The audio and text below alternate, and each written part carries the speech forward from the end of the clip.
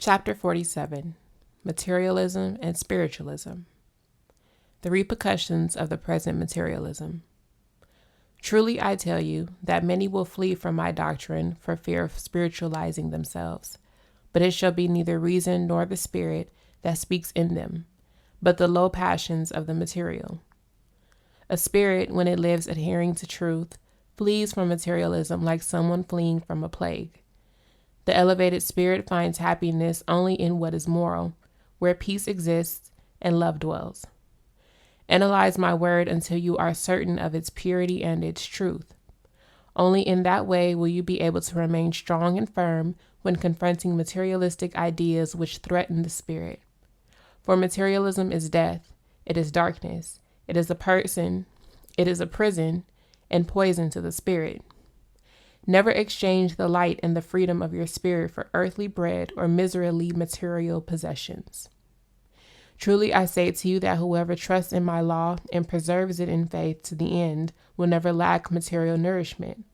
And during the moments of communication with my spirit, you will always receive the bread of eternal life through my infinite charity. Materialism interposes itself as an immense obstacle in the road of the spirit's evolution. Mankind has halted before that wall. You find yourself in a world in which man has managed to develop his understanding, as applied to material science, but remains clumsy in his reasoning about the spiritual. His knowledge of all but the strictly material is underdeveloped. The trials that the world is passing through are the signs of the end of an era. They are the twilight, the final agony of the era of materialism, because there has been materialism in your science, your ambitions, and in your affections. There has been materialism in your worship to me and in all your works. The love of the world, the greed for the land, the desires of the flesh, the satisfaction of all the lower desires, the selfishness, the love of self, and the pride were the force with which you created a life according to your intelligence and your human will, and whose fruits I have allowed you to gather so that your experience would be absolute. And yet, if this era that now ends is noted in the history of mankind for its materialism, truly I tell you that the new time shall be distinguished by its spirituality. For in it will be the conscience and the will of the spirit that on the earth construct a world of beings elevated by love, a life in which the vibration of the Spirit of the Father is felt in the spirits of his children, because all the gifts and powers that today live hidden in your being shall have a place to develop infinity. The Essence of Spiritualism. Spiritualism is not a mixture of religions. It is the doctrine that is purest and most perfect in its simplicity, the light of Elohim descending to the human spirit in this third era. The revelation that speaks to you about the life of the spirit, that teaches you to communicate directly with your divine Father, and that helps you to evolve spiritually, I call spiritualism. Truly, I tell you that spiritualism is not something new that pertains to this period. It is a revelation that has gradually unfolded according to the spiritual evolution of humanity. I am giving you a doctrine of spiritualism that teaches you how to love Elohim and your brethren in a perfect manner. It also offers you the path that leads to spiritual perfection. The law of Elohim in the first era and the teachings of Hamashiach in the second era also taught you about spiritualism. Spiritualism is not a religion. It is the same doctrine that in the body of Yahusha I came to pour out over the world for the orientation of all men in all times. It is my doctrine of love, justice, understanding, and forgiveness. Due to your spiritual, material, and intellectual evolution, I have spoken to you with greater clarity in this, the third era. Spiritualism comes to destroy the customs and traditions imposed by men that have held back the spirit. Spiritualism is the evolution and incessant elevation of the spirit, which through its gifts and attributes purifies and perfects itself until it comes to its creator. Spiritualism shows the way how the spirit expresses, feels, and receives its master. Spiritualism frees and develops the spirit. The spiritual is the universal strength and light that is in and of all. My teaching shall be strange to no one. The attributes of the spirit are immutable because they are the virtues of my divinity. They are eternal forces. Understand, however, you will be able to show greater or lesser purity according to how you have lived. who can justly call themselves spiritualized. He who has reached some degree of spiritualism through his perseverance, evolution, and love for the lessons of the Father is a spiritualist, even if his own lips do not say so. He who has faith and elevation in his actions must reflect that which is in his spirit. The spiritualized know that the omnipotent is in all, that the world, the universe, and the infinite are saturated with my essence and my presence. He who conceives of me and recognizes me in this way is a living temple of Elohim and will no longer materialize the manifestations of the spirit with symbols or forms. Spiritualism is the revelation that uncovers and points out all that you bear inside. It makes you recognize that you are a work of Elohim, that you are not mere matter, that there is something above the flesh that elevates you, above the nature that covers you, and above the foulness of your passions. When men arrive at spirituality, every precept and every maxim form part of the light of conscience.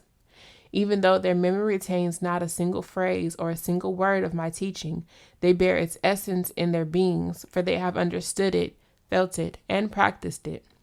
The good spiritualist shall be he who in the midst of a poverty of material goods feels like a lord, rich and happy, knowing that the Father loves him, that he has his brothers whom he may love, and that the riches of the world are unimportant compared to the riches of the Spirit. He also shall be a good spiritualist who, being owner of material wealth, knows how to use it to good ends, taking it as the means that Elohim has given him to perform an important mission on earth. It is not indispensable to be poor, a pariah, or miserable to be counted among those who follow me, just as it is also unnecessary to be of those who weep to be loved by me. Truly, I tell you, I have always wished you to be strong, healthy, and the owners of all I created for you. When will you know yourselves as the beneficiaries of your inheritance, knowing how to appreciate each grace and giving it its proper place in life? Spiritualism in religions and confessions. Today, men live in an age of confusion, because they have not yet come to understand that all of their lives and struggles should lead them to the development of the Spirit, whose goal must be the communication of the Spirit with the Creator. The worship that most men of today profess is that of materialism. While the doctrines and religions persist in their differences, the world continues to foster hatred and cannot take the decisive step to true worship. But when will men understand and unite, taking thereby the decisive first step toward the love of one another, given that there are still men who believe they possess the key or the secret to the salvation of the spirit and the keys to eternal life, and who disown all those who go by other paths because in their judgment they are unworthy to come before Elohim? Understand then the true purpose of spiritualism, whose doctrine is above all religion, all human ideas, and all sects. Spiritualism is not a new doctrine come to achieve the evolution of the beliefs of the past eras. No, it is the same revelation as in the first era and second era.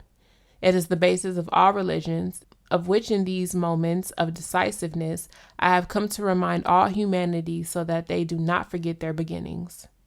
The works of men, their customs, and ways of impressing the senses to flatter and exalt themselves in their various religions are contrary to what my work comes to show the world.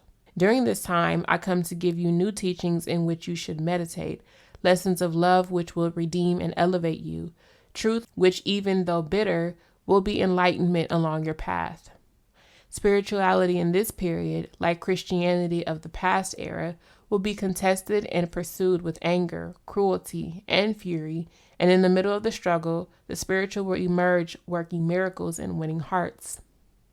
Materialism, egotism, pride, and worldly love will be the forces which will arise against this revelation, which is not new or different from the one that I brought you in past times. The doctrine which I have come to reveal to you now, and to which you give the name of spirituality, is the essence of the law and the doctrine which were revealed to you in the first and second eras. When mankind understands the truth of this teaching, its justice, and the infinite knowledge that it reveals, they will reject from their heart all fear, all prejudice, and they will adopt it as a norm of their life. Truly, I tell you that the spiritualists, men prepared to contribute to the peace of humanity are scattered all over the world.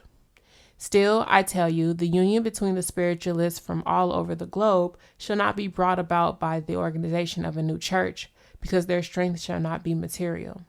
Their union shall be of thoughts, of ideals, and of works, and in this way their strength shall be invincible, for it will have been taken from the eternal source, which is my spirit. I am inspiring my truth and touching all, so that all the impurities that must not be mixed with my light are removed from their hearts and their understanding. All have the duty to permit that through their gifts the spiritualist doctrine be clarified and defined, taking care that it is not contaminated by human philosophies.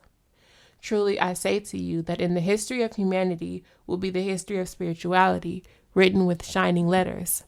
Was not Israel immortalized after liberating themselves from their bondage in Egypt? Were not the Christians immortalized in their conquest through love? So will the followers of spirituality be immortalized in their struggle for the freedom of the spirit. My peace be with you.